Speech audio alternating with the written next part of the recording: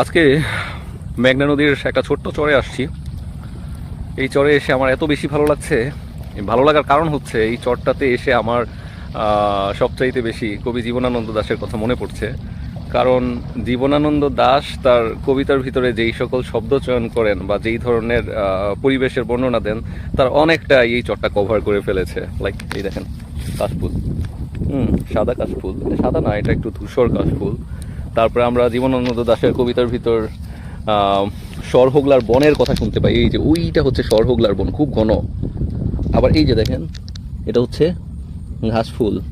এখানে আছে কচুরি ফুল, এখানে আছে ঘাস ফড়িং, এখানে ফড়িংয়েরা উড়াউড়ি করে। আর সবচাইতে সুন্দর যে বিষয়টা দেখেন, চরের ঠিক একদম মাঝখানে একটা ছোট্ট জলাভূমি, যেই জলাভূমির ভিতরে হাঁসের দল, বুনো হাঁসের দল এসে নামে। এখানে সাদা বক, বুনো হাঁসের দল এসে নামে।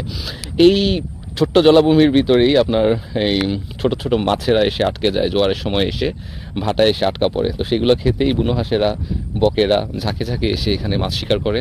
আমরা অনেকক্ষণ যাবৎ এই চরটাতে অবস্থান করার কারণে এখন আর বক বা বালি হাঁস বা বুনো হাঁস যেগুলো ছিল ওগুলো উড়ে চলে গেছে।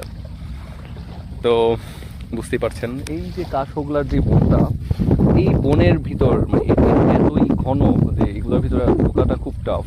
আর ভিতরে তো সাপ থাকে, আর এর ভিতরেই বাসা করে হচ্ছে বক এবং বুনো হাঁসেরা। এই বাসাতে ওরা ডিম পাড়ে এবং বাচ্চা ফুটে বের হয় এখান থেকে।